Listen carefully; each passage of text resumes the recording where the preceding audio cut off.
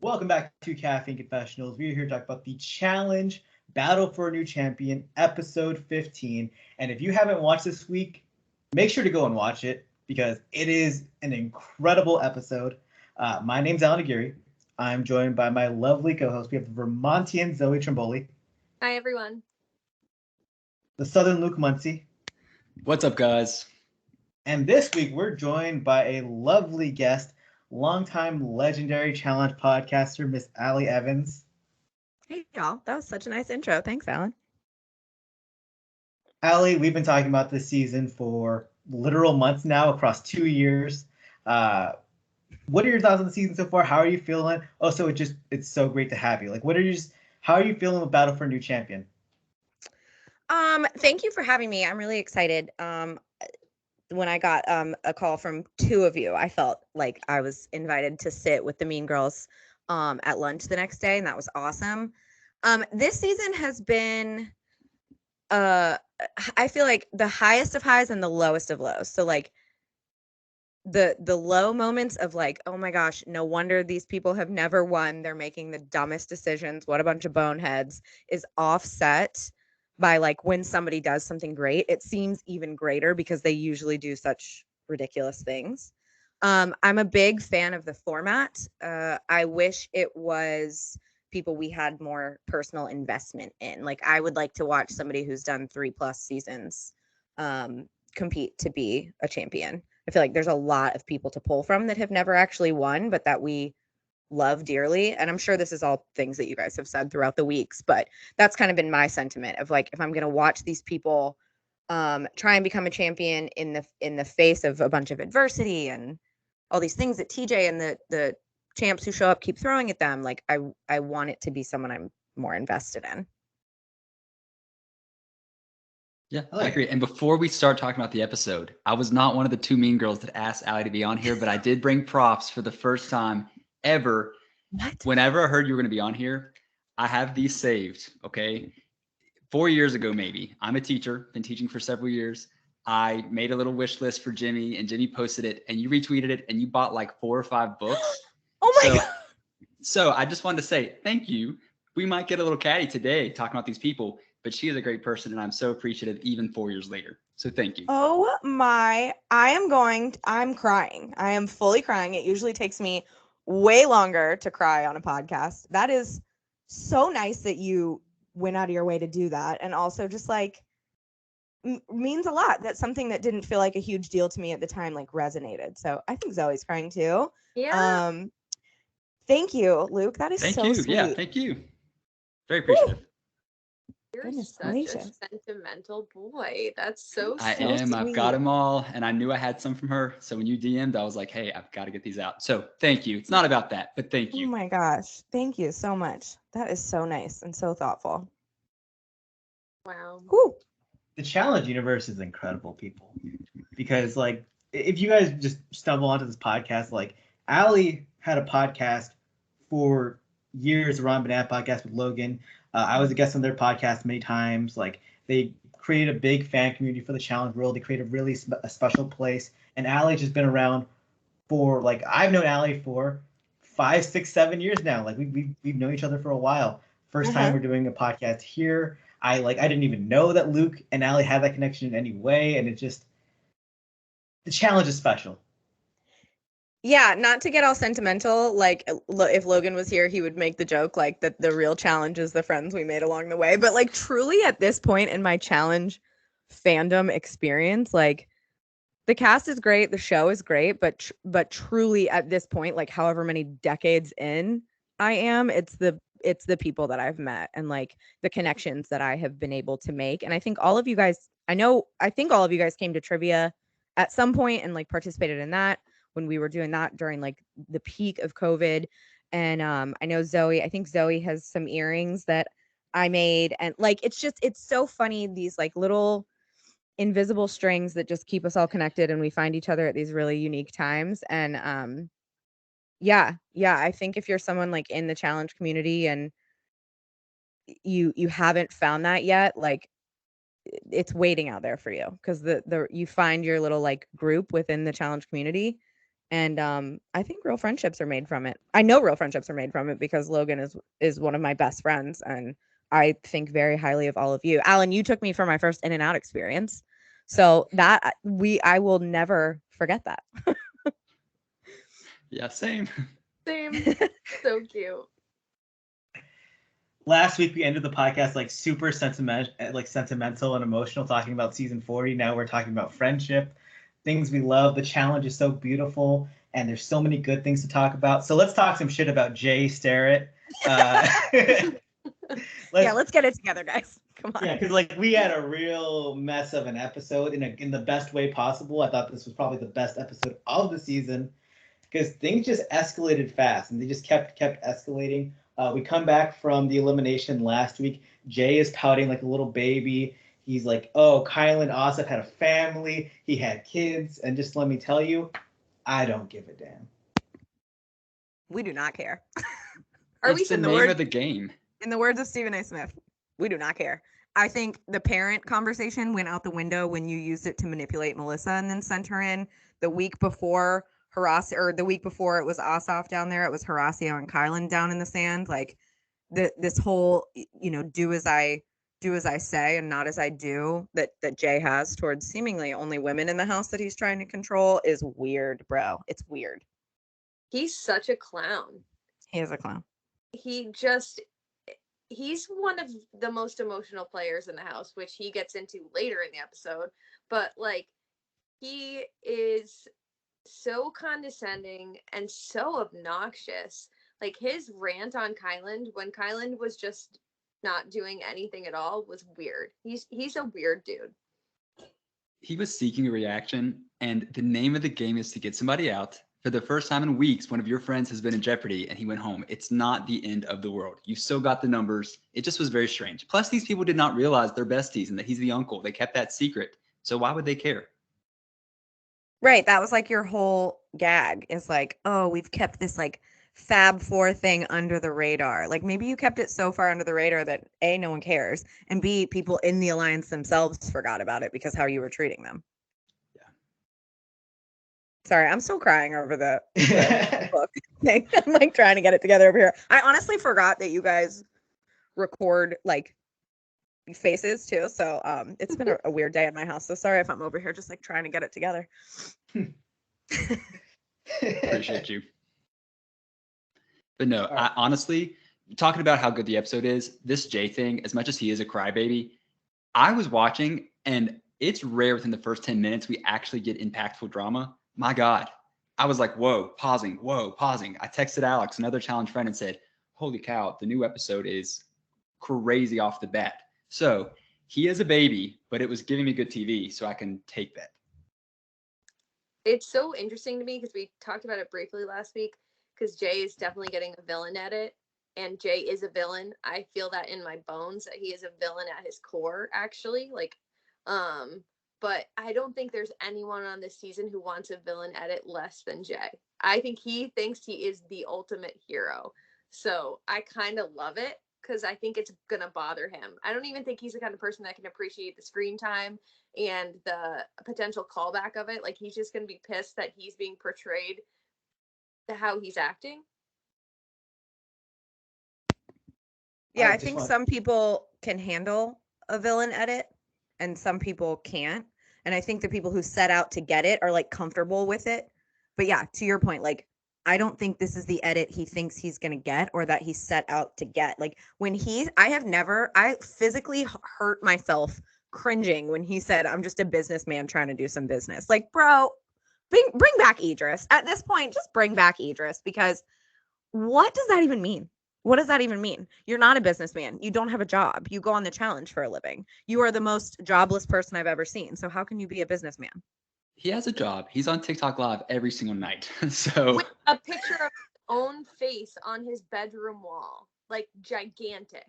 I do not follow him, but he keeps popping up when I'm doing my late night scrolling, and it makes me throw my phone because yikes, it's a jump scare every time. Did anyone else here used to like Jay? Like found him to be sort of darling when he beat CT and like appreciated him as like the nice boy who only looked good when he wore a backwards hat, but like I was willing to fight for that at one point. On Survivor, I loved him. I really actually wanted him to win. X on the Beach, I felt bad for him because it seemed like he was being led astray. Felt bad when Morgan cheated on him with Johnny Bananas. Was happy when he beat CT. The trajectory this season, though, is just like in the gutter. Even Yeah. last season, him and Michelle had some good, maybe weird moments. This Right. season, it's just been all bad. I literally forgot about the Morgan and Bananas thing. Do you know how terrible you have to be as a character on TV for me to forget like what happened to you in season 2 of your personal arc? Yeah, I completely forgot about that. I found myself while I was watching it being like, I'm so glad Morgan cheated on him with Johnny Bananas. That is what I Yeah. And I thought it was so funny that, well, not funny, I thought it was great. Kylan had zero reaction, just played it cool, and went to the room to the girls who he knows can get Jay to calm down and said, guys, or girls, get your guy. Because, well, I'll talk about that later. Sorry. Yeah, which moves us on. We then had the scene in the morning where I think Michelle is hoping to broker, mend the fences between Nurys and Jay, get their alliance back on track for the rest of the game. And Jay just, once again, goes at Nurys, blames her for Asaf going home, when Nurys puts it plain and simple, like what we were saying last week.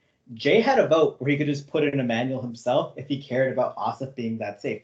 Instead, Jay's just going to blame everyone but himself. He's not going to look in the mirror. He's not going to turn the hat around. He's not going to do any of that.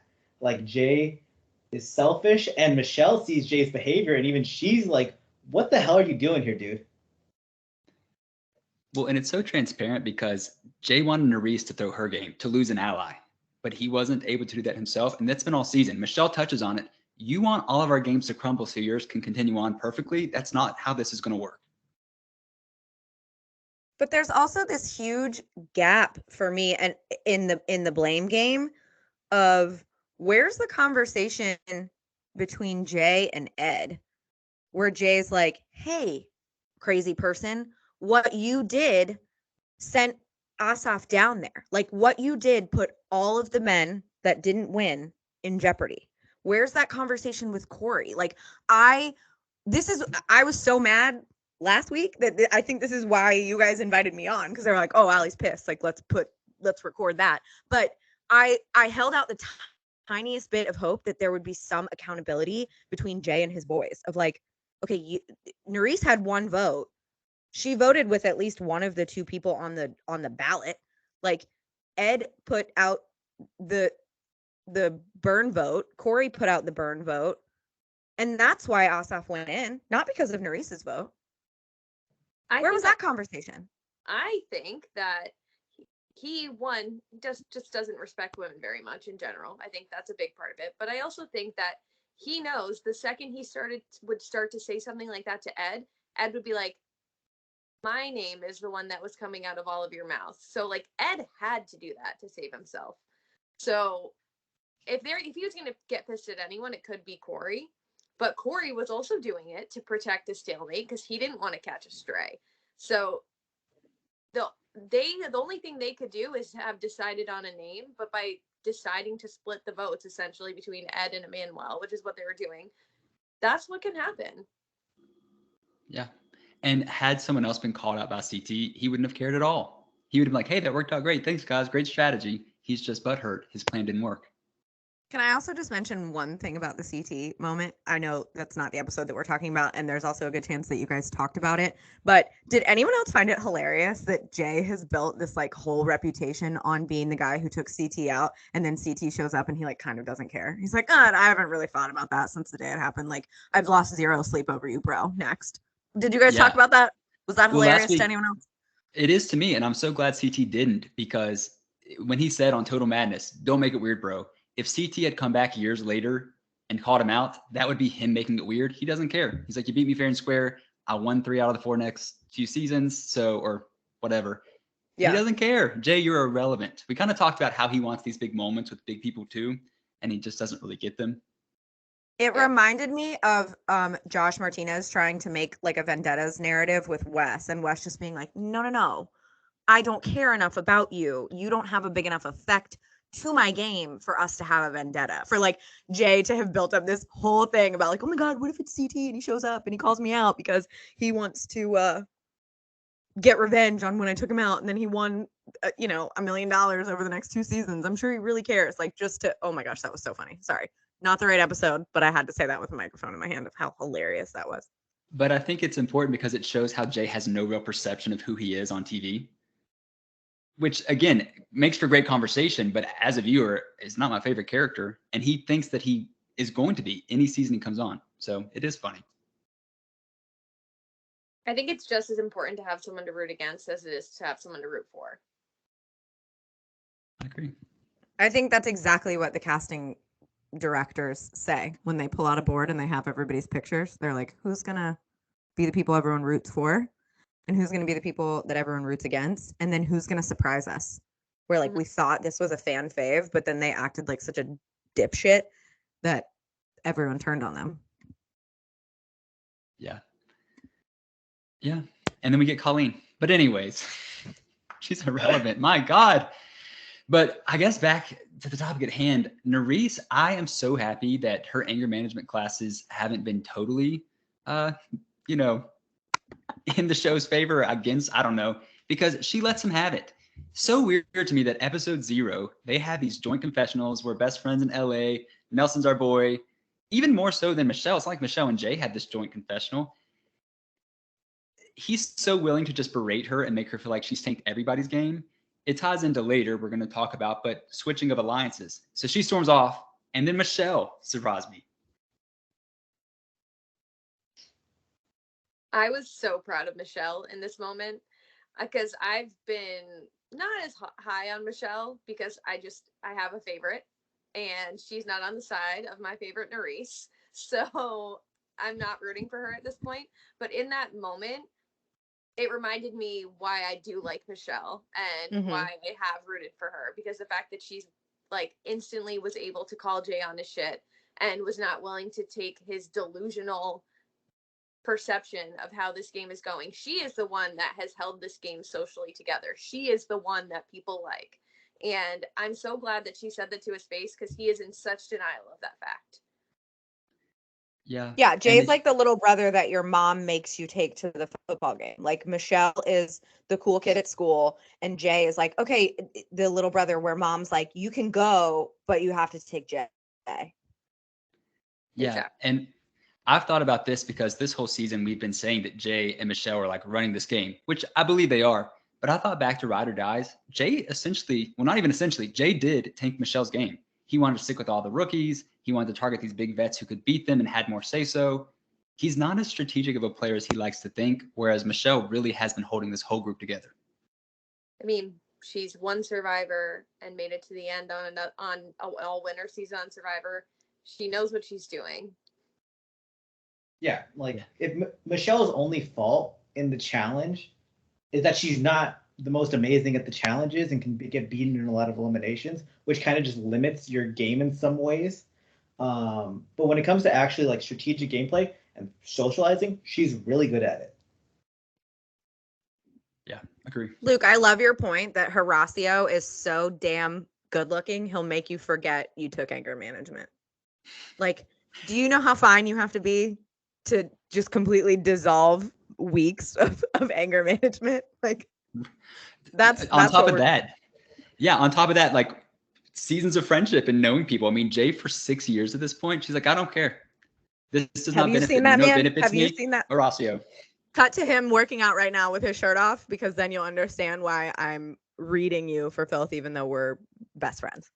Have you seen that man? He is finer than my anger management is effective. There's the famous Nany Cam fight where Nany's just looking, just smoking in that red dress. And I've been thinking this whole season, Horacio just be shirtless at all times. And I feel like the social game would just come to him that way. Because if Horacio's just talking shirtless, the words don't even matter. Yeah, I kind of dazed thinking about it for a minute. That's where I am right now. Watching Horacio exercise out in the backyard, shirtless. Right. Nurys is doing that just with an entire friendship and an 8-week anger management course.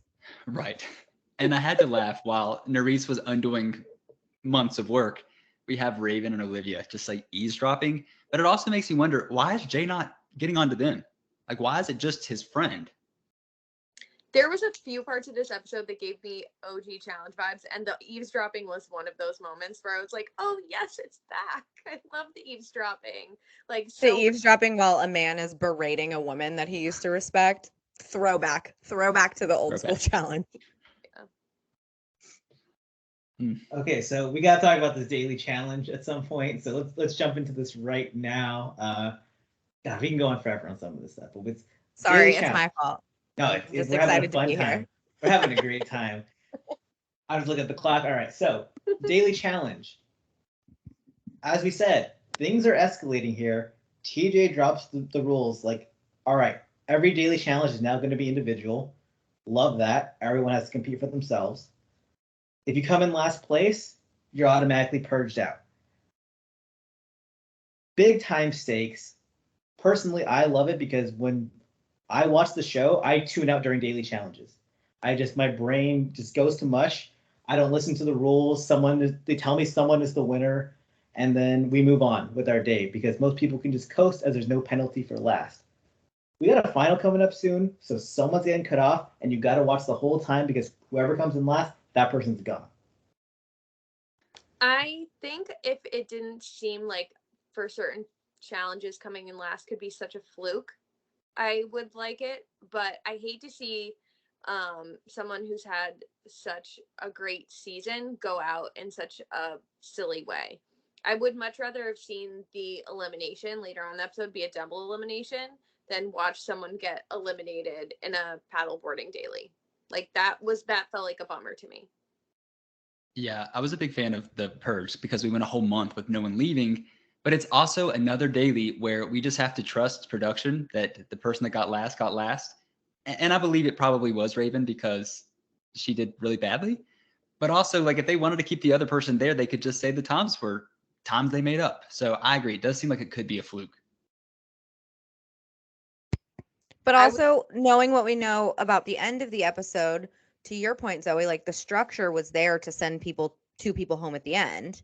And like Brian and I were talking, my husband and I were talking about how, like, yeah, it's pretty unceremonious. And like, I think it's time for people to start going home, but it always feels so like womp womp. Like when they're walking off, it's not even like they don't even, I don't know, it's not from an elimination arena. Like they didn't even pack that. She had to go back and pack because they didn't know that do they all have to pack for dailies now? Like it's definitely unfortunate.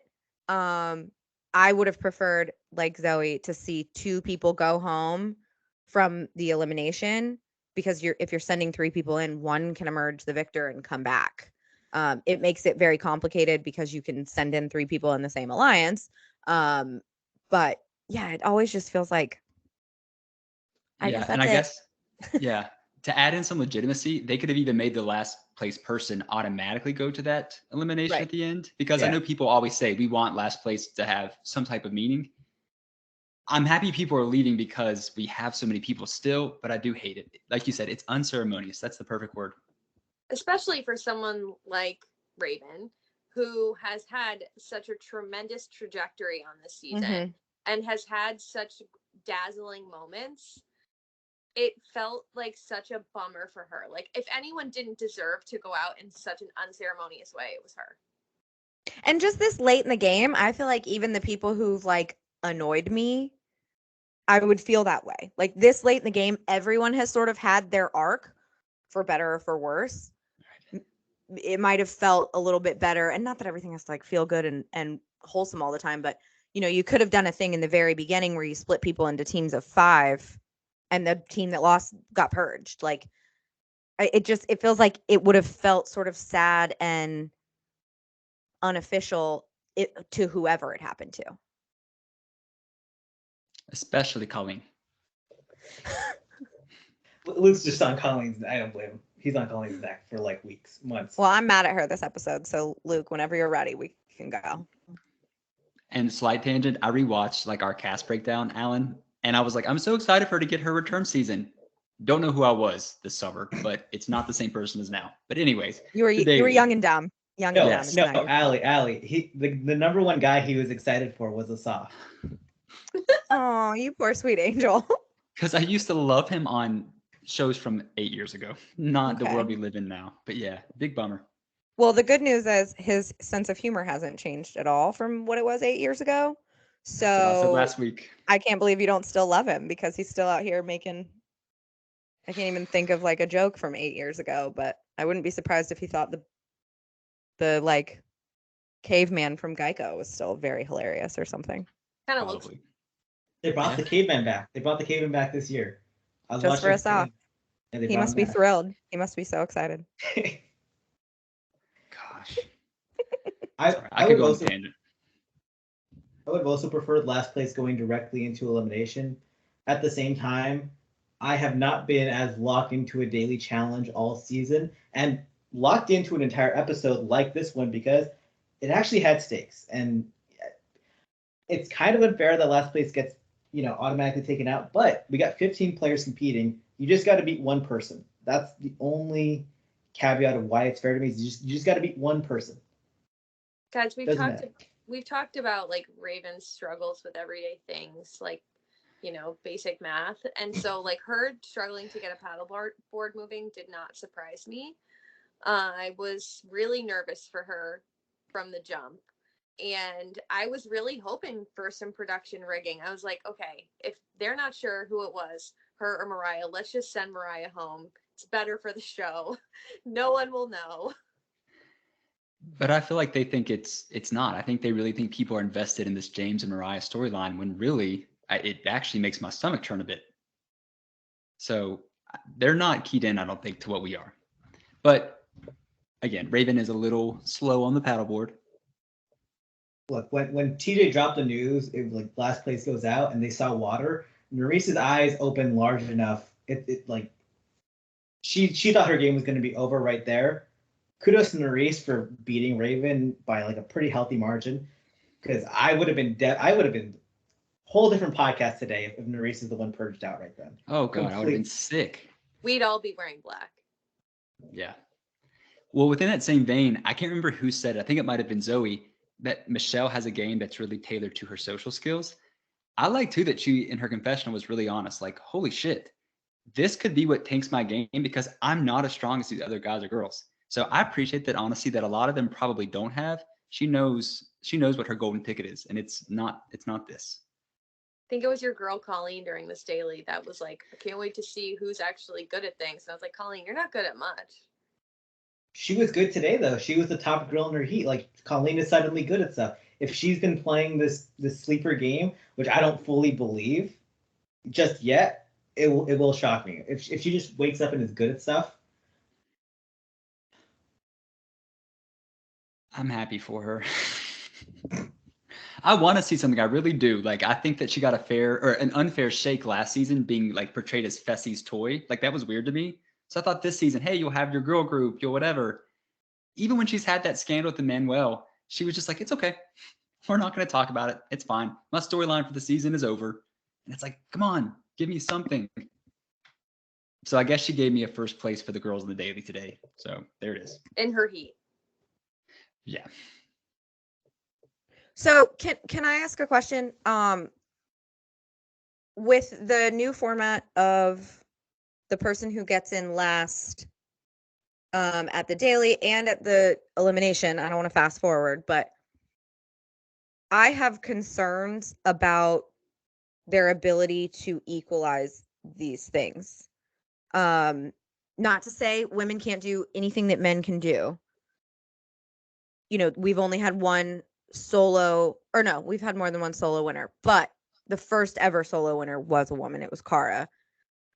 I have concerns with how this episode played out with the fact that a woman lost the daily and went home. And then, spoiler alert, a woman went up against two men. I get it, and the elimination was closer, I think, to being an equalizer than the daily. But I don't really know how to ask this question without it sounding like I don't think girls can beat boys and things. I'm sure there were plenty of times from the women during the daily that were better than times from the men, but we'll never know because they don't tell us the times. But it creates some concerns for me. that there's like a very clear path to like mostly men in this final. And I don't know any spoilers. I don't know shit about how this ends, but I just, they're never Well, great with equalizers. They're never as good as they think they are. No, and this is where they shot themselves in the foot by having one winner. They can have these unequal elimination dailies where, honestly, if the next few episodes, all the women left, it would be within the realm of the game. And who wants to watch these duds on the men's side carry the rest of the season? Nobody. So I agree. I think when you're introducing something like paddleboarding too, if you're to assume that most of the cast has not done this before, which is very possible. I live in Vermont. There's paddleboards everywhere. I've never gotten on one before. Right. So it's definitely possible. I think while this women's cast is very fit, I don't think they're super athletic. Whereas in seasons prior, I think you have people like Teresa, Laurel, Cara Maria, who have like a decent dose of athleticism. Tori Deal is very athletic, right? There's like this innate athleticism. So I think when you're taking men and women and having them try something brand new, and this group of women is not super athletic from top to bottom, the men are going to tend to be better for the most part, except for Corey, who I don't think is going to be good at a lot of things. To be fair, he's like 7 feet tall, and paddleboarding's really hard. Yeah. It's something that's like awkward and you have to get used to. So if you have just like the brute strength to do it, which the men will have over the women, no matter how fit they are, they're at an advantage. Yeah, and I don't want to keep us here for hours, but I think that goes back to the leniency with which they're willing to cast this show. Because really anybody can be fit, but not everybody can be athletic. So we're in this age of like, oh, they look good on Instagram. They have a lot of Instagram followers and they have a partnership with Gymshark. So they look good in a sports bra and leggings. That doesn't necessarily mean you're going to come on and be good at this show. Just like we talk about, like, it doesn't like just being fit doesn't translate into, to your point, being athletic. And I think the bigger picture is like, when you're willing to throw anybody who looks good in a bathing suit on this show,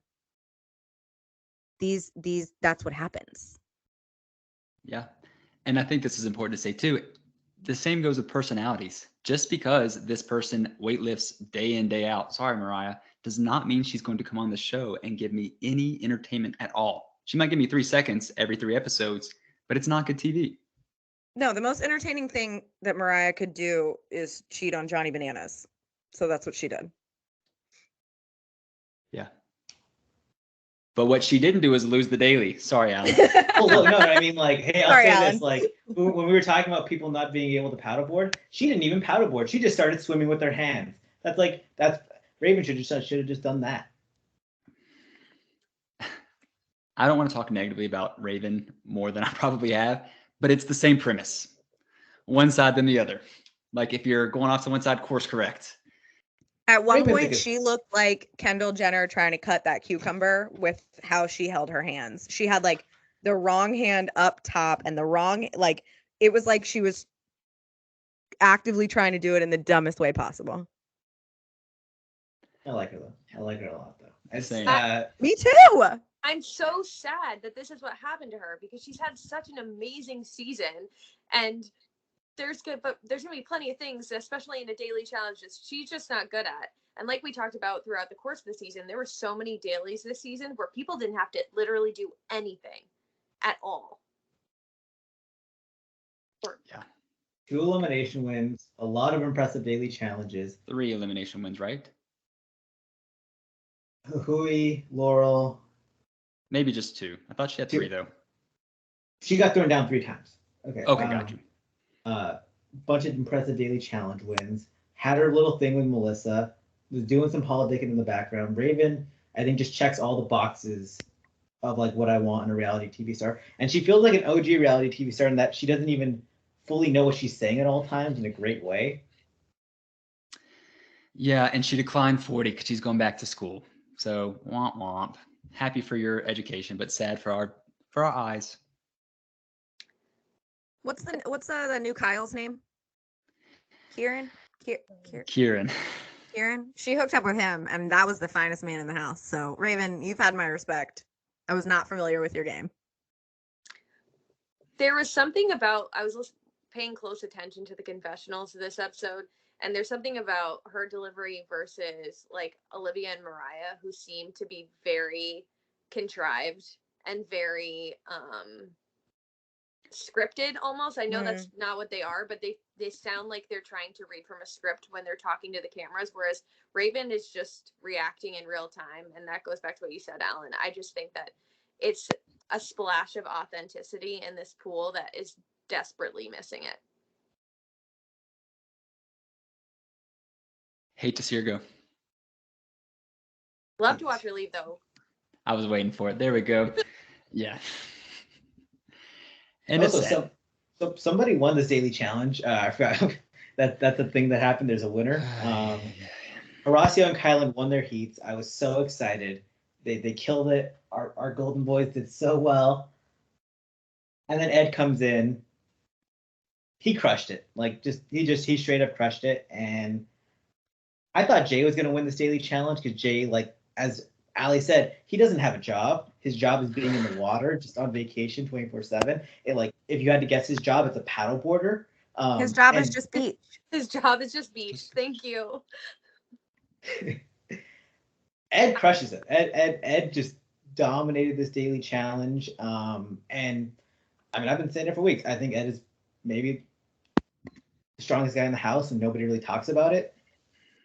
For him to smoke Jay in this was super impressive. I was watching it with my boyfriend, and I was just saying, oh no, like Jay literally lives at the beach. That's his entire personality. He's just surfer bro incarnate is who he is. And so I was like, God damn it, am I gonna have to watch Jay win this challenge? And then Ed torched him. Yeah, and the crazy thing is Ed is fit and athletic. It's just a shame his personality is like sandpaper to my corneas. But yeah, I mean, I think that it's true. I cannot stand him. Oh my God. We talked about his brother too, Allie. I'm not sure if you've watched any shows his brother's been on. There were some things happening in that household. They're very different. I don't know what was going on, but I think this is undeniably his win. He really did crush it. Sure, editing could have played a role, but I think he did it, and I think he's good. I'm scared he's going to win this season, and it's going to absolutely tank me. Was he the brother that went on the circle with his mom? So that was Ed, but his brother ended up going on another season by himself, and then he went on. I knew they had both gone on. I couldn't remember who brought their mom, but it tracks that it was Ed. So right, because his personality is so dull, he had to have his mother carry the season. Anyways, well, he's super smart. I think that's a big threat too. I do appreciate that he isn't just muscles. I appreciate that there's a brain up there. Yeah, I can't. Do we know anything about his endurance? I don't know if that's really been focused on, but I do feel like he checks a lot of boxes. And if I was looking at who's most likely to still be there based on the current social game and like who's most likely to pull away with the win, like who's most likely to not get phased by some crazy puzzle or some, just something that's so like, what was the thing last season? Like a random axe throwing thing. Like Ed is the least likely in my mind to catch a stray and have that happen. Allie, I cannot understand how frustrating it is that Ed is just so good at almost every element of this game, but then it just has no personality and is so corny. Because he does everything else so well and then just brings nothing entertainment-wise. Should we jump into the new voting format? Because I think that Ed is very susceptible to catching a stray soon. Yes. Yeah. So here's the new voting format. It's a twist on the old dual call out where you call out a friend and that person calls out another person and then that person's safe. Typically at the end of the duel, whoever was the last person not picked then got to call out their opponent. That's not the case this time around.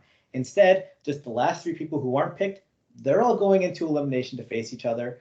I think there's some massive flaws and some massive benefits to this type of voting format. And I got to give credit to production because it's unique and different and something we've never seen.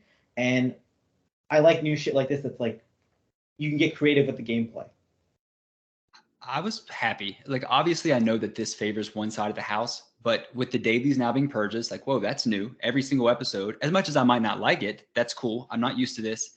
And this call out, I kind of do hate it because it prioritizes one alliance over the other if they don't win. But like you said, it's different, and I like different shit. I kind of feel like production, because I think that they value Kylan and Horacio more as cast members on this season. I don't know if they were just banking on Kylan and Horacio getting to run the table for a while with this voting format, because it's great if those two do win or if Nurys wins or whatever. But if they don't win, you run the risk of losing them week after week after week, and then the season goes down the tubes. Well, and I think production probably counted on someone messing up who they called out, not knowing that Michelle was in the house to say, hey, let's be smart about this and make sure we have all our ducks in a row.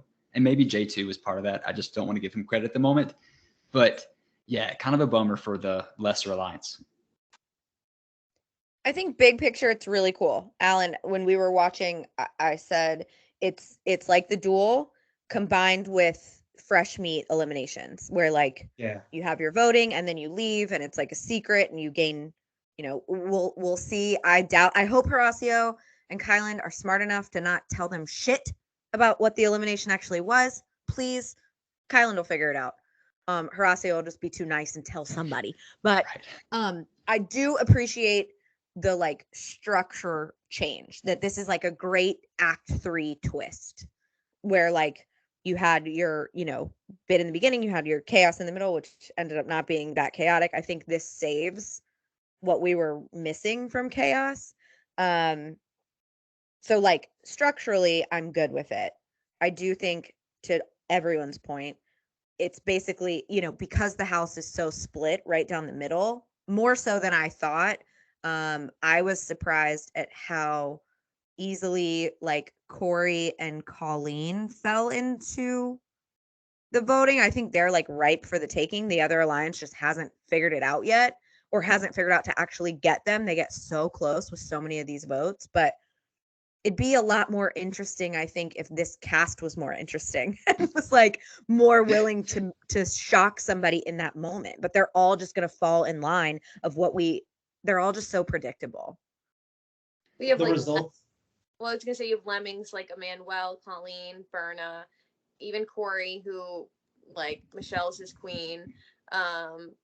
It was crazy that he was like, I'm saying that my number one in the house, and I wanted to be like, okay, ask her who her number one is, because it's not you. It is wild to throw yourself out like that to someone who like would just let the wolves eat you.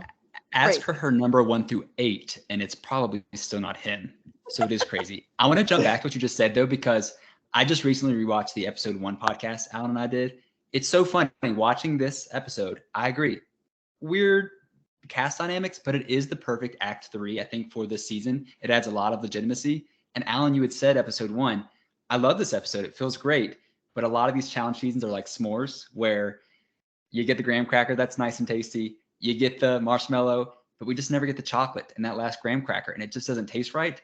I feel like that was a great analogy, and we're kind of getting some of that chocolate and some of that graham cracker. So this could shape up to really keep my interest for the next 18 episodes that we have, or 4 or 5, whatever it is. But I liked it. So I wanted to add that in there because it was a cool throwback to episode 1. Nice. Oof. Man, that was a long time ago.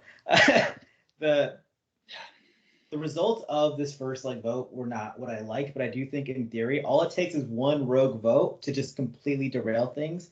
And if you don't have the social capital to switch things up, then that's on your own social game.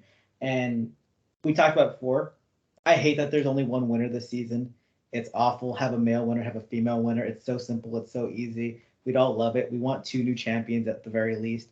But if they are going to have one genderless winner, I think this format is the best thing possible, because now I truly think anyone can win, because if you get called out, you should be trying to save someone who you think you can beat in the final, who you think you can beat in elimination down the line.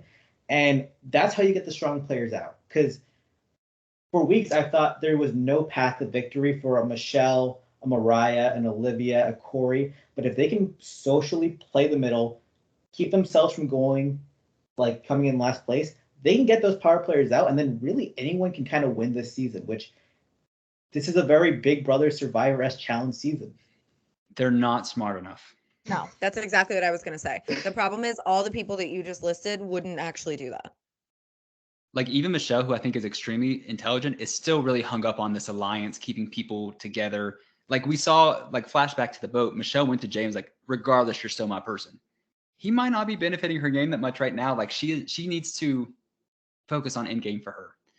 And we're about to talk about the votes, I'm sure. But I want to point out, we got a scene with Olivia and Nurys where they're like best friends in real life. We love each other. We're loyal. I'm confused where the breakdown happens because there's not much of this season left. And we know they are dissing each other on social media. But the plan that Jay came up with, which might be foreshadowing or spoiling what you're going to say, but I think it's worth talking about on its own. They knew that Olivia would save Nurys and it would put the 3 people who end up in elimination into elimination. But to be so vindictive, to put Nurys in a situation to save either her best friend, her boyfriend, or Kylan, someone who she's recently gotten really close with, that's just sick to me. Like last week, you were really good friends with her. You don't have to make her show her cards. You know her cards now. What's the point of twisting the knife? 100%. It was bullying at its finest. Like, I understand that this is how the game has to go, and I'm not trying to be all soft and sensitive and be like, they were being mean. But if they weren't friends before, I wouldn't feel this way. This wasn't just a game move. You did something deeply vindictive to someone you used to care about, and that tells me everything I need to know about you. It was giving like abusive man wants to punish like girl for not following his doing what he said. Yeah, it was gross. And I am sensitive and I am a sympathy crier. So I literally teared up watching Nurys have to do this because I do love her. So like I think that's why like I ride so hard for Nurys. She's very like Nani in that she is just such a ride or die. If she loves you, she is with you. So watching her have to make that decision broke my heart, especially because it was so vindictive and so cruel. Like you said, they could have put Olivia in Nurys's position. It doesn't matter. They all just want to like watch her hurt, which I get, it's TV, whatever. It did make compelling TV. Nurys is a big girl. She's okay. She's fine. But it did tell me something about all of you. And Mariah, I peeped like your little smirk and your giggle while you were doing it. Not cool. This is supposed to be your friend too. She even had the audacity to say to James, it makes it juicy. Like, if they put you in that position, how would you be feeling? And you're not actually a girl's girl because you would be picking James. Well, right. And on episode like 3, 4, and 5, when James was up for possible elimination, Mariah was so quick to say, you're not really my friend then if you're going to put him in. You're this, you're that. And I'm like, why is the only time I'm seeing your personality, which seems like it could have some merit, but why is it just when you're defending this block? I don't understand her game. Also, girl, your face barely moves. You don't have a lot of smirks to give out. So maybe keep this one to yourself because your face isn't capable of showing a lot of emotion. And you chose this time right now to be vindictive and mean. It was just, it was gross. This is the other part of the episode that was giving me OG challenge vibes because I have always been like, okay, I'm rooting for the good guys. Like I am very passionately rooting for the good guys. And I used to get so angry watching the bad guys win because there was a stretch of seasons of the challenge where it was just like bad guy after bad guy after bad guy winning. Johnny Bananas got 3 wins, 4 wins in however long a stretch. You have the island and like battle of the seasons when Team San Diego won. Like it just felt like for years this show was torturing me with bad guys winning, and watching this all go down I was like, oh no, the bad guys are in control again. But and none of them are capable of being real bad guys. That's my issue. I'm fine with a solid, committed, real villain capable of committing and being a villain. But none of these people are it. So it's a bunch of tryhards trying to be a villain when they don't have what it takes. They'll cry about their villain edit instead of just embracing it. Right. And what they don't realize is, and sorry, Allan, I know you're waving, but I think what they neglect to realize is the people that are at the bottom now are going to get this hero edit you so desperately want. because you're putting them in this disadvantaged place. So as much as I do hate it, and it feels like the bad guy won, great TV, like you said, and also makes these people just like skyrocket for me as, hey, I want to see them come out on top. I want to see them win. Fully agree, Luke. And the word villain is just so key because we were talking about it with Jay earlier when you guys were calling him a villain. And in my brain, Jay was not a villain before this moment. I thought Jay doing this was a disgusting personal move, but actual villain move. Because before this, to me, Jay was just a petulant little brat who was just, that's what he was. This was an actual villain move. And if he's going to be this guy and commit to it, like Ali said, if he's going to commit to it, I would love that. But I don't see that coming. I checked Jay's Twitter for the first time in a long time this week just to see like what he's been tweeting about this season. Nothing. Because he's too afraid to actually mix it up with people.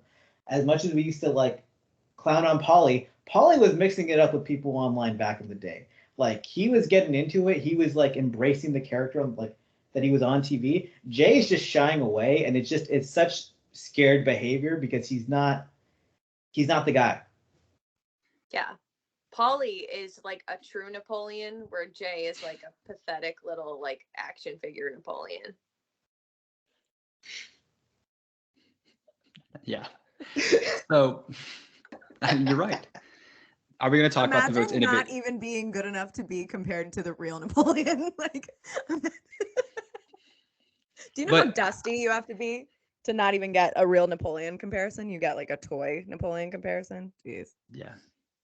I do want to say for the record right here, I feel like Jay has the capability, though, to take a few seasons off and come back and really hone that in. Because if you think about it, we weren't the biggest Pauly fans when he left, but now I'm kind of itching to maybe see him back. So I think time can heal some wounds.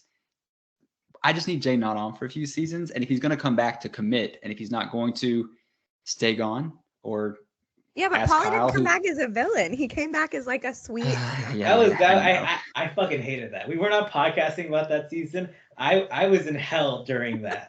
But can I say this is because they had prioritized people coming back with the redemption edit. Jordan Wisely is coming back with a redemption edit. Right. Where's Ashley's justice? I'm still pissed off. Ooh, girl. I get so mad. As people hear every week. This was the first podcast I hadn't said her name. Here it is. But Jordan Wisely has done horrific things, past, present, whenever, was able to come back on All Stars and really just have this big redemption arc of I'm so good. Here's a person that I've verbally abused with racial remarks. We're best friends and we're hooking up now. Hey, I'm going to be on Ride or Dies. He was supposed to be on with her. She vaped too much and her lung exploded. But hey, I'm with Anissa, my lifelong friend. What? But he gets to be her bestie and encourage her all season. He gets these opportunities. So, of course, if you're someone like Pauly, who has been, I wouldn't say blacklisted from the show, but not been called back, your best line of defense to keep calls coming in is, hey, I'm great. I'm happy. I'm going to have this moment with Tori. I'm going to be kind to people. I'm going to wear this fur. It's so inauthentic. Let people be themselves and quit trying to reel it in for TV. I'm done. I'm sorry. Not the fur coat. That was pre-Barbie even, the fur coat. Right. It's wild.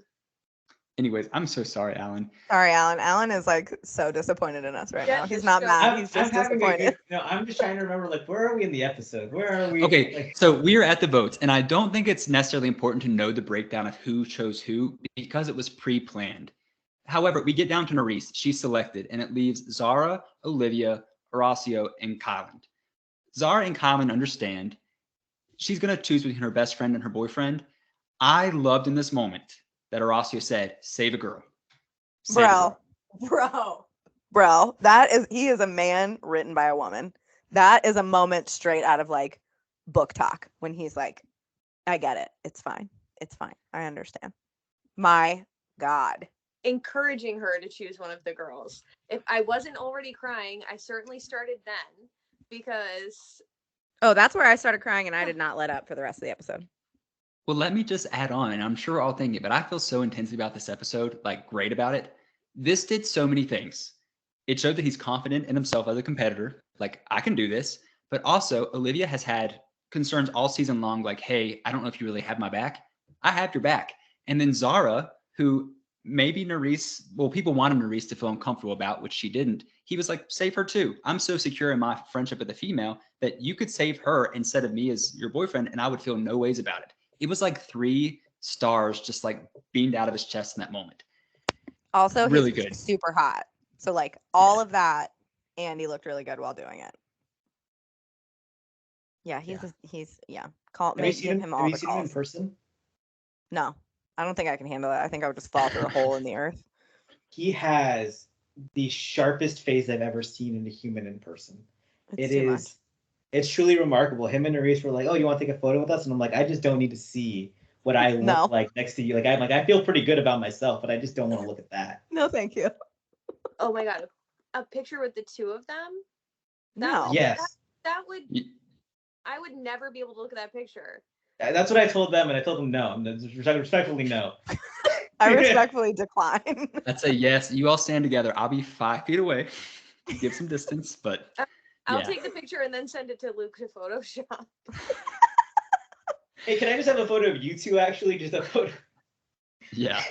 Well, Allie, we had said last week on here, like they're such a beautiful couple, and it's a win-win because if they don't work out, what a beautiful athletic exes pairing. Like, just a miracle happened in front of us. Luke doesn't believe in them. Luke quietly doesn't believe in them. That's a. Me and Zoe are just all for the long ride with them. I'm a skeptic, and I also feel like Horacio is not ready for the type of love Nurys is willing to give. But maybe he's just timid. No, she is. They are the ultimate. Have you got the meme that's like, why do quiet men prefer to date like loud, aggressive women? My husband sends it to me every time he sees it because this is our exact dynamic. The response is, somebody's got to tell the waitress I didn't order mashed potatoes and it's not going to be me. They are that meme. She is a ride that I am worried he is not going to survive because she is like, I don't even want to say aggressive because I hate when people call women that. It's like aggressive is just like a shitty way of calling someone like assertive or straightforward. But like she's a spitfire. Yeah, exactly. In like all of the best ways. And yeah, I really hope that they work out. But I do think if they don't, it'll be like we're remaining friends, and you still Horacio won't catch any strays from it. Like she will 100% still ride for that man, even if they don't work out. And vice versa. Any season they do, oh, for sure, he would protect her wholeheartedly. Yeah, 100%. So to go back, because I'm about to talk some more shit about them and I don't want to. Nurys chooses Olivia, which I think was the best move. To keep Zara is not great because she's super athletic, and Nurys also isn't dumb. If one of the guys goes, it's better for her game. Right. And this does solidify Olivia to continue working with her because I feel like Olivia's in a position where she could jump back to Mariah and Michelle and be like, girls, what was that all about? But it saves face. I think it was a terrible move for Ed. I think that moving forward throughout the next couple weeks, even say Ed, Jay, whoever on that side is able to pull out a win, once they get rid of Kylan and Horacio, who's public enemy number 1? They already showed you who it is because they all said your name. It would be this. I know Ed doesn't want to go against Kylan and Horacio in a final, but his best chance of getting to that final is getting there with them because he is also the person that Kylan and Horacio are now going to shoot for because he's the greatest chance that alliance has of winning a daily. So if they get him out of the way, they have a better chance at running the table until the final. Hadn't considered. So true. Because think about it. If next week Nurys won, she could tell these girls, I will keep you safe as long as we have Ed, Emmanuel, X other guy, and they're guaranteed that 1 or 2 of them go home. So yeah, that's strategy even I hadn't considered. I thought the pitch also, I was just gonna say in the beginning of this season, when it was just like you could send whoever in and that would be how you decided if it was a guys or a girls day. I remember thinking like, I wish the girls team up and just like take the first few weeks to just knock a bunch of these dudes out, because if there's only one winner, you A, better your chances by just sending a bunch of people home, but B, better your chances by sending a bunch of men home, especially if they're working together. Because I'm genuinely scared that there's going to be a run of these votes that goes Jay, Michelle, Corey, Ed, Emmanuel, like Berna. but just saves like all the dudes in their alliance first, especially as the numbers dwindle, and you're just going to be staring at 5 women at the end, and you know that 3 are going out. Like, it's a little loosey goosey for me that there's like not any rules. I think it makes for great TV. It makes for a great plot twist, but I'm a little bit worried about how it could potentially play out because clearly they can manipulate who's there standing in the end to be chosen. And, you know, these men have proven, these boys have proven that they could make a call to be like, you know what, let's just save all the boys and leave all the girls there at the end and then let them decide. Yep. And it's the same mindset of, I want to run the final with the best, which I hate that rhetoric. No, I want to run with a bunch of duds and guarantee I'll win. So, like, I don't think you want to run the final with the best, take Kylan and Horacio with you. What are you talking about? Exactly. I thought the pitch from Zara was like really good of like, hey, we're gonna win these daily challenges, you're gonna win these daily challenges, and we just run roughshod through the rest of them. Like Zoe said, I thought that was a smart play for Ed. At the same time, if you're Ed, Jay's alliance is the one you can beat. So I see both sides. You have to beat them every single week because they're gonna come for you. Yep. I'm not saying a spoiler at all. Spoiler free here, but I do know spoilers. The next few weeks are probably about to be some of the best episodes just like this one, and I cannot wait. So buckle in. I think it's going to be so good. I can't say that I'm spoiler free, but I am, because as the guys know, I have forgotten everything I read prior to the season. I love that for you. Yeah. I do too. I said to them, I was like, this is so exciting to not know what's happening. It's like, takes me back 10 years. Yeah, I'm 100% spoiler free for the first time in a long time. And I don't know if it's because Twitter sucks now, but that's usually how I would get spoiled. And yeah, it's definitely such an interesting shift in how entertaining the show obviously is. But like, even just the little nuances of like, well, if you know who wins and then you find them in an elimination, you know how this elimination ends. Or if you know who gets second, third, fourth, like whatever, when you know how it ends, you can piece together the weeks leading up. So yeah, it's so fun to watch and not know shit about shit. I love that. I always say it's going to be my season to not look at the spoilers. And then it's like 2 days in and I'm like refreshing the feed. But yeah. When I tell you, I immediately went to Reality Steve's Instagram after watching Joey's premiere of The Bachelor. And my husband had to like physically stop me from being like, don't look at these spoilers week 1, dude. What are you doing? It's going to be fun for like a second and then it's going to be over. Yeah. No self-control. But I didn't look, so I'm still spoiler free after 1 episode of The Bachelor. I give it 1 more week. Oh my God. So, elimination. 3-way. Oh my God. 3-way. So sorry. Who doesn't love a 3-way? Elimination. I feel like. Okay. Just like the general format, because I think Allie kind of like talked about it earlier, where they're gonna try and find ways to equalize it, and it actually does make me a little bit angrier now that we didn't get headbanger eliminations with some of those champions now, because I don't think we're ever gonna get one again now that it's gonna be 3-way eliminations from here, where it's gonna be like fresh meat, where it's gonna be a bunch of puzzles and running and endurance type stuff, so we can kind of. For the record, though, I think Olivia could beat several dudes in Hall Brawl. I've seen it. I've seen her Hall Brawl, and I think at least she could at least take out Emmanuel. Jay, for sure. Give her Jay. Give her Jay. Do it. Give the people what they want. Knock the rest of that founding father wig right off. Oh my God. I mean, I know. It's right there. It's so easy. You don't even have to be good at this. Like, he gives you so much. Like when somebody called him a clown earlier, I was like, well, he does, sort of already have the like tragic hair, and Yeah. Keep that backwards hat on, buddy. Side note, he cut his hair. I don't know if anybody saw that, but it Good. looks better, but anything looks better than. So in this elimination, there are Oh three my God. Sorry, runways. Allan. Jesus Christ.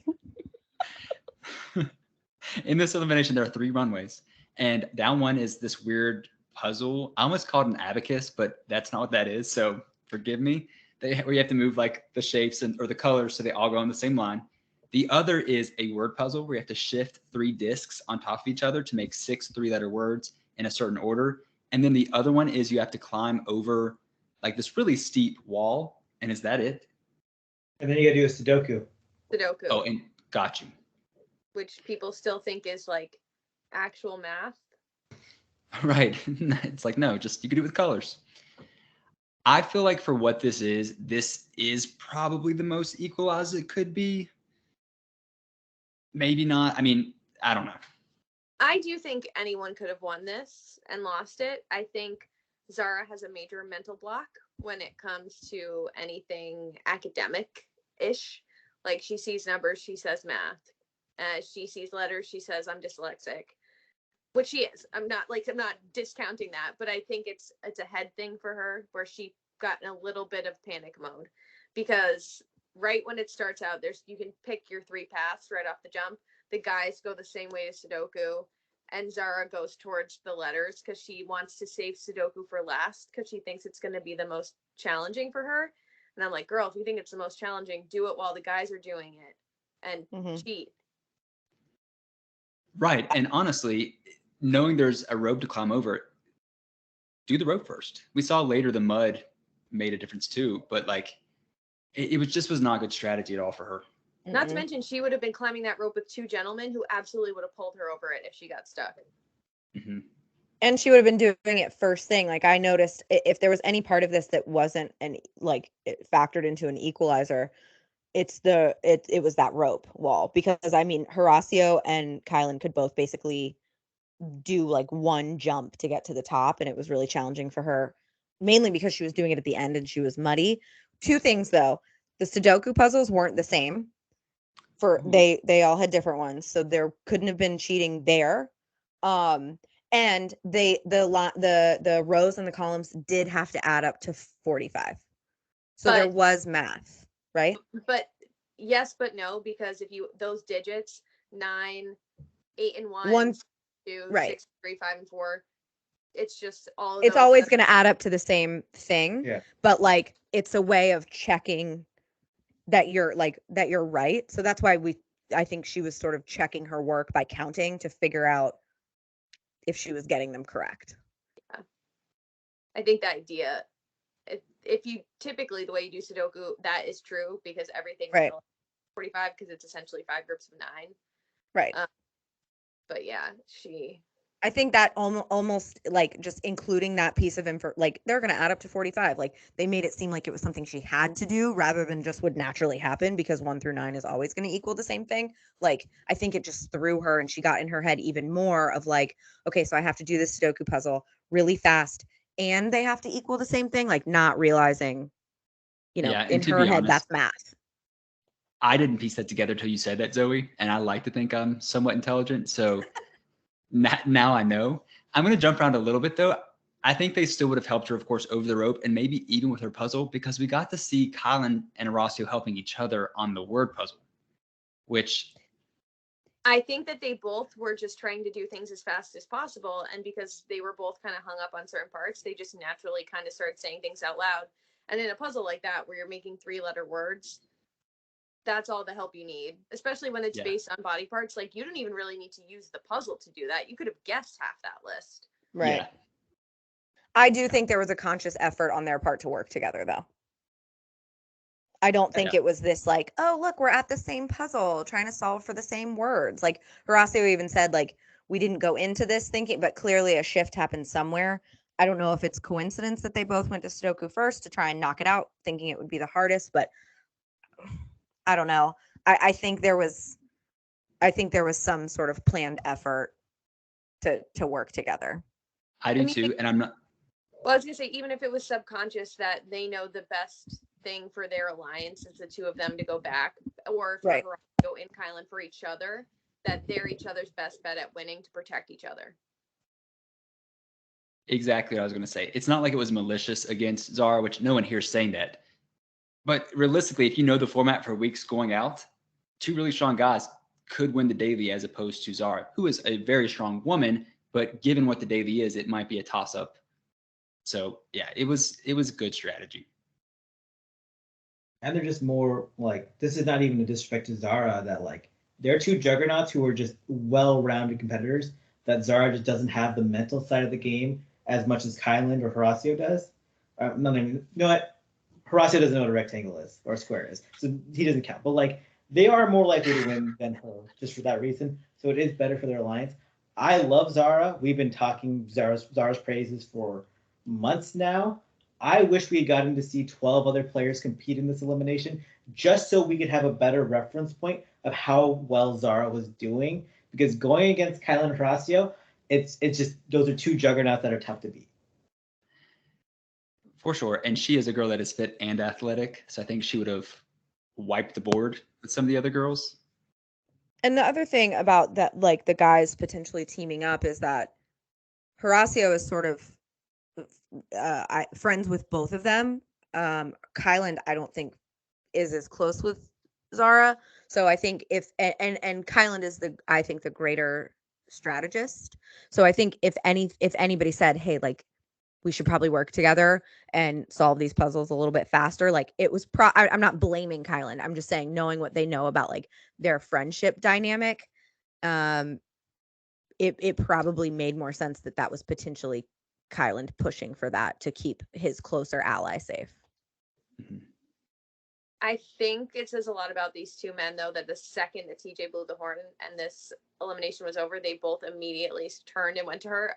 The third time I cried in this episode. Yeah. It was like, good men. They're good men. I know Kylan has done some crazy shady things on reality TV, but I do think he's a good person. And I was really sad to see it. And you can just tell by the way TJ talks to her after the final that he's so bummed about. He loves her. Outcome. I was going to touch on this. I don't like boring people, and I would probably categorize her as a boring person, but she has a lot of heart. I said this about Horacio last season. He's kind of boring, but he has a lot of heart for this, and I can appreciate that.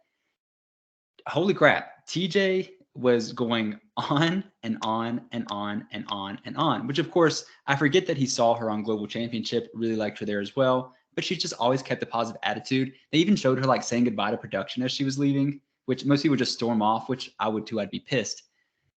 Loved it. And also, TJ then looks at Horacio and Kylan and says, guys, you are the two people I do not want to see here ever again. You two should be first and second in this final. Do not let me see you here again. And sometimes I don't like when TJ is a mouthpiece, because that's not his job. And there have been many times he said stuff that I'm like, you're so out of touch with this. Loved this. Like, yeah, I actually am fine with you having favorites and you wanting them to be underdogs, because that's cool for us too. I mean, his favorite is one of my least favorites, and I still like when he has like an outward opinion. The fact that Cara Maria is like the goat of goats for him, and I'm like, oh. But like, I like when the host clearly cares, and I like to see that he cared about who I cared about for once. Yeah. I was gonna say, TJ can have favorites as long as they're my favorites. Right. I'm fine with that. TJ was 2 seconds away from getting on his knees and being like, please don't let Jay win, please. So I also want to say this too, because it's been weighing on my mind since I watched the episode. I am inclined to believe that two people were supposed to go home in this elimination until they saw who it was. And maybe I'm wrong in that, but otherwise, what's the point of having 3 people there? I love a good conspiracy theory. Love it. Well, and here's to add on to that conspiracy. If we have more of these like 3-ways in the next coming weeks, if it's 2 in the next however many weeks, like, it's going to seem very strange to me.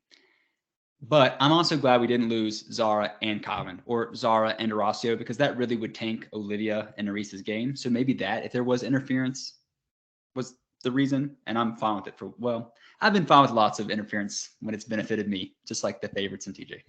Yeah, I can own up to being a hypocrite. Same. I love that Ashley won Final Reckoning. I don't care what the stipulations were. We do Good not stuff. care. No. Agreed. I'm thinking about that potential conspiracy theory, and the only reason I think that maybe not is that when they came up with this voting strategy, they had to know how it was going to go. Like if someone on this side wins, these three are going to be left at the end. If someone on this side wins, these three are going to be left in the end. I don't think they probably predicted how diabolical it got with Jay like bullying his friend Nurys, but like you had to know that this group isn't capable of a really great plot twist where like, you know, Jay says Nurys instead of Michelle or something juicy like that. So I don't know. I love that idea that they were like, no, we can't have 2 out of these 3 people go home. We just can't. But Well, and I like your thought that they know that the lesser alliance would probably all 3 be going in. So let's give them a 66% chance of coming back versus a 50. right. I can see that. Yeah. We get a week though where it is 2 people going home, that'll raise the stakes again. Maybe that's like they keep escalating the game, and that's what I love. Like we just these seasons have been dragging out. This one it's getting more exciting. So like love that. Do I hate that Raven and Zara went home this week? Absolutely. I've been cheering them on all season, but I cared about them and I cared about this episode because of it. So it works in a way. I'm also going to take joy in seeing some other people get eliminated, hopefully coming soon. Yeah, At least they're making him earn it. At least it's not like a super clear path to victory, and at least like your social game has to be on point and your physical game, and like it can't just be you float to the end and then win. although So I'm at least good with that. I think the leftovers stand to gain a lot, like Allan, like you said, from this voting situation moving forward. I think those middle ground people who are actually in the middle are in for a pretty pleasant ride for a few weeks. Luke's favorite cast member, Berna, has played an awful social game, has played, not done anything physically, can't solve a puzzle, calls Michelle her queen, and yet I don't see her going out because of this stupid ass format. She's played awful on all fronts. I'm gonna have to stare at her shorts hiked up to her rib cage for the next 6 weeks, I think. Okay, is this a thing you guys talk about? Because her and Zara do it, and I don't get it. I don't hate it when Zara does it because she's likable. Yeah, it's weird. I don't hate it when Zara does it either. See, hypocrites, you know? Yeah. Guys, Hey, I have news for you about the fairness of that assessment. Yeah, I love Berna. I can't tell if that's sarcasm. I love Berna. Okay. I have never said disparaging comments about her on this podcast, and then received love you, Berna, lovely DMs from her. That's never happened. I love you, Berna. I hope Survivor Turkey's going great. I love you. She's not watching this. I know she's not. Well, she went and watched one from like 2 years ago. Yeah, that was the thing. It wasn't that she replied to a podcast that just happened. It was like a year after it happened. But we're tight now. We actually DM whenever she's not filming a show, and it's all love. Love you, Berna. She might watch it at some point, which in that case, girl, just pull your shorts down. That's all we have. Right. The goods are good, but like, why? She's an acrobat, guys. Mm-hmm. Mm-hmm. Anyways, so this leaves us in a place where going forward, it really is a shakeup. It's whoever wins the daily is really cool, but we also get in the added, like, I like that even if an alliance wins, they could still lose a number through the purge and the daily. That does set up some good dynamics possibly. Or it could be, hey, Olivia gets purged next week. We throw in Nurys, Horacio, and Kyland. That's just going to be knocked off week by week. So I think it really just depends on who wins the daily and who is purged. And that can make or break this end game for us. I would love to see a daily like we had at the beginning of War of the Worlds. Not War of the Worlds 1, but that works too. But Invasion, like where people can help each other. Because I think the other side, the bad guys, would take a hit in a purge if that were the case. Mm-hmm. Because Horacio and Kylan will help their girls to the end, and they will not come in last. Agreed. I'd love to see it because that would keep all 4 of them safe. Whereas a Colleen, a Berna, a Corey Lay would probably be purged, and I would hate to see it. James even. Yeah. Can you Mariah. imagine? Oh my God. Bye, James. I would like to see someone get purged that isn't part of the alliance that the person who wins is part of. Like have them be completely separate things where like, yeah, we do see someone who like maybe was a bigger threat in the game and would have been safe from the voting structure get purged out, but then have this completely separate thing where it's like, okay, that happened. Now we got to deal with this, that someone else has all this power. So I think it was a little like, it's definitely a bummer because I do like Raven and I do really like Zara. It was also, it added to my level of being bummed out by the fact that they're on the same side of the house and they both happen to, that feels like just a bigger hit. It would be fun to see the chaos spread between the whole house. Agreed. Guys, I just realized Zara cut a confessional this episode, calling her and Raven the 2 strongest girls in the house early in the episode, and now I'm just mad because that was mean. That was mean by production. I was like, yeah, you are, and then they're just off the board now. Yeah, looking back on it, there was some sad foreshadowing that was happening earlier in the episode. Yeah.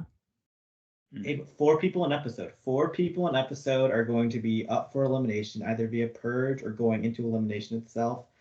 That's, I mean, for a game where all these people have skated, that's exciting. That's fun, and yeah, the game's heating up. We're in a good place finally. I would say the challenge is probably in the best place it's been in a while. The flagship for sure. Yeah. Give us All Stars 4. Seriously. What are we doing? What? Okay. Yeah, they needed a heavier foot on the gas towards the end of the season. They couldn't really afford to have us watch these like duds for 15 weeks and then like crawl to the finish line of this season. They needed something to shake it up. So I'm glad they found it. Any last thoughts, anyone? Thank you for having me. This was Thank so you for much joining fun. us. I'm so sorry I kept you guys what I'm sure is like twice the amount of time that you usually spend recording, but I really like all 3 of you and I really liked this episode. And I really don't like some of the people that you guys don't like, and I think all of that just lends to like we've been here for hours. So thank you for having me. I've had so much fun. Thank you for Come joining. back. It's been fun. Come We back. had next- so much fun. Like this was a pure joy of a podcast, and also like it's funny too because like I was like, oh, we're gonna have so much fun like making fun of people in case this is a dud episode, and then they dropped the best episode of the season, so it just doubled the time of the episode. But it's like we're doing it with friends, we're getting nostalgic, we're crying, we're having laughs. It's all good. We started this by crying. We didn't even have to lead into crying. I already knew that I was going to have to own up to crying to the episode. I did not think that I was going to come on here and be emotionally bombarded immediately. You're holding the thing again. I'm so shook by that. Well, thank you for joining and for 4 years ago gifting my students. Very kind of So you. sweet. My heart really can't take it. I can't do it. Allie, do you want to drop your socials? No. Cool. I mean, just kidding. I'm hello Allie Evans on everything. You can find me. Just please be nice because I honestly don't care about any of this enough to like go at it with you on the internet anymore. So if you're looking, if like you don't like somebody that I really like or you really like somebody that I talk shit about, like I just don't care. So find me on social if you want to have a good time or like talk about Eric Church or Taylor Swift or the Ravens going to the Super Bowl. Or the other Ravens, the one Tree Hill. Or the Tree Hill Ravens. Exactly. Yeah. Any Ravens that you want to talk about, I am available. Including Raven on the Challenge. Oh my God. We can talk about Raven on the Challenge, Tree Hill Ravens, or the Baltimore Ravens. But anything else, DM somebody else. I will also accept your Taylor Swift tweets. Yes. Please don't follow me.